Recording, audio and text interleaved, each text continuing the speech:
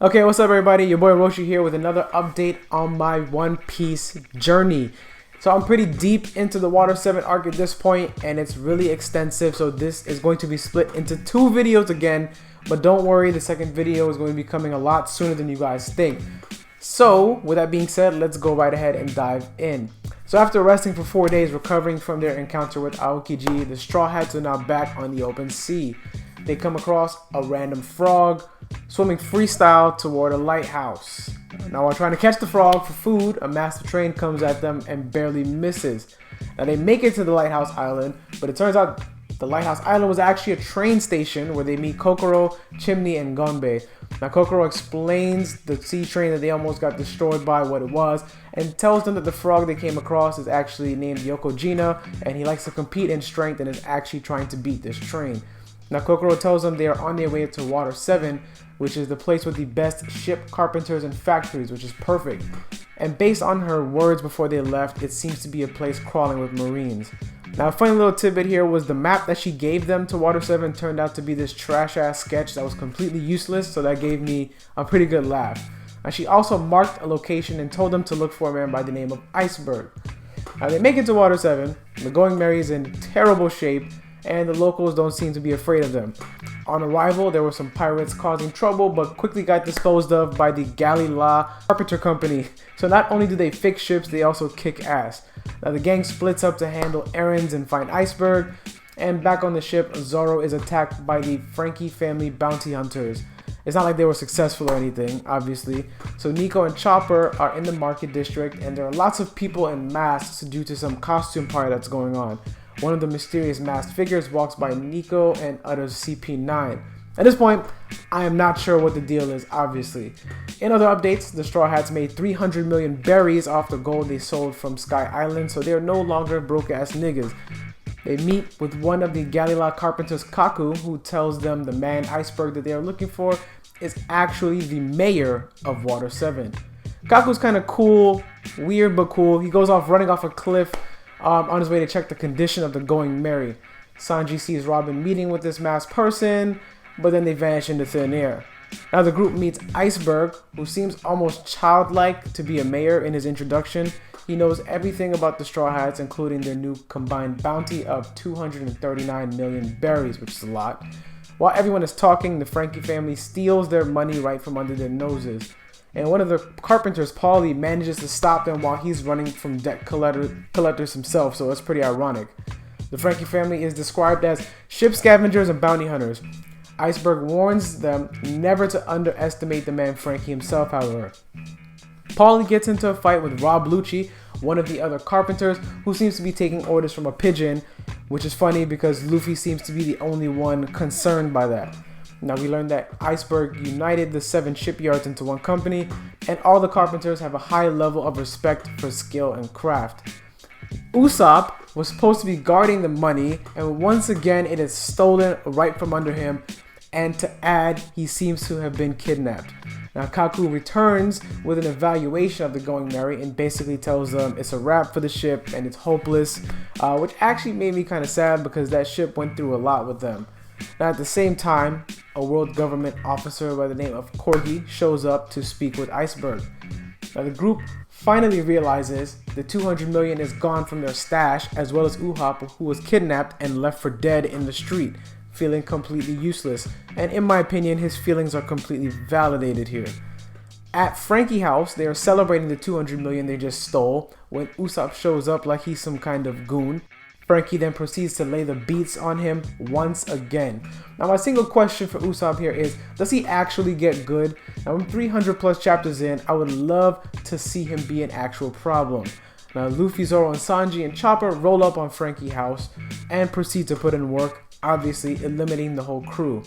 People always underestimate these boys and end up on the wrong side of history. I don't know what's up. Now after the beatdown session, Luffy decides that it's time to part ways with the Going Merry. Now quick cutaway, the Corgi guy from the government, he leaves empty-handed. Apparently he wanted something Iceberg was not willing to let go of. Now we also see that Iceberg has a poster of Nico Robin on his wall for some reason. Now back with Luffy and the others, Usopp is pissed off about the ship. I personally think it's because the ship was a gift from Kaya. The unexpected happens and Luffy and Usopp get into this major argument. Usopp ends up quitting the crew and challenges Luffy to fight over the ship. Now, surprisingly, Usopp shows up later for the fight, and to my surprise and delight, he's actually whooping Luffy's ass, and it was actually impressive. He was very tactical, blew Luffy up, even hit him with an impact dial. I mean, it was short-lived, and Luffy took him out with a nice direct bullet, but it was still a worthy cause. Now, Luffy sticks to his guns about the ship and leaves it to Usopp to do whatever he wants with. In my opinion, this is one of the most important events to go down. Luffy truly learns the burden that comes along with the title of captain. Now, the next day, news breaks out that Iceberg was shot and is comatose. Frankie returns to find his shitty house in shambles, and Kokoro from the station is making her way back to the island due to the incoming Aqua Laguna high tide. Iceberg wakes up and he pins Nico Robin as one of his attackers, and since she is a member of the Straw Hats, they are all now pinned for his shooting. Frankie shows up outside of Galileo with the bullshit, gets into a fight with Luffy, and we learn he is actually a cyborg, which is completely unexpected. A three-way battle starts between the Carpenters, Luffy, and Frankie. Now, Luffy is getting that work from the Carpenters and appears to be outclassed.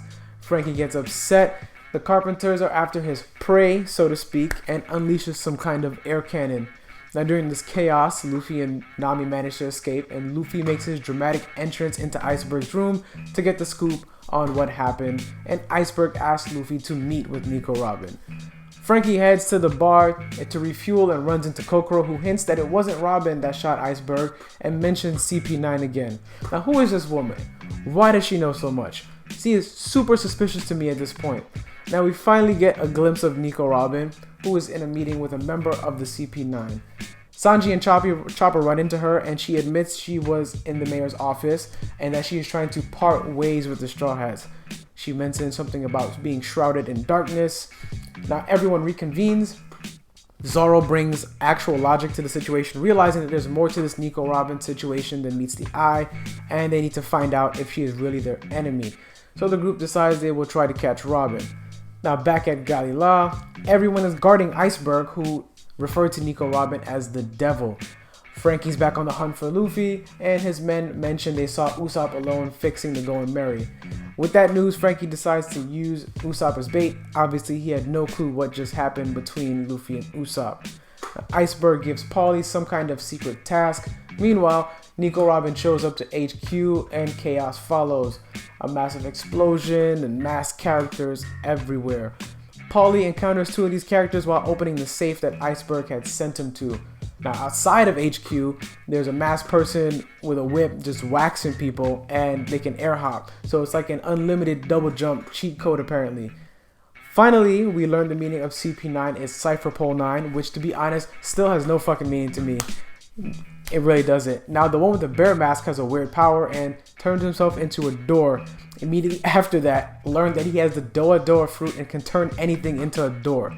He walks in and shoots Iceberg, and CP9 is revealed to be after the blueprints to some kind of ship and will pin the blame on the Straw Hats when it's all said and done.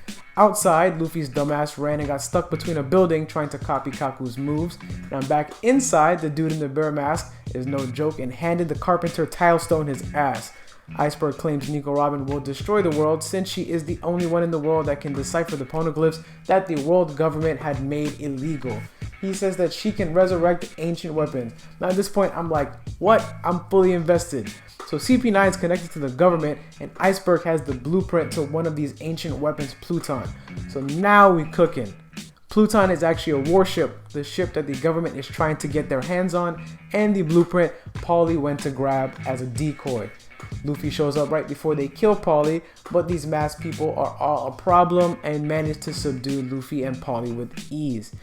Now comes the big reveal, and holy shit, Rob Lucci was one of the masked characters, and so was Kaku, and Khalifa, and even the random nigga from the bar, Blue Note. So you really can't trust anybody, huh? So far, I'm actually loving this arc. The story is back moving, and the mysteries are being peeled back layer by layer.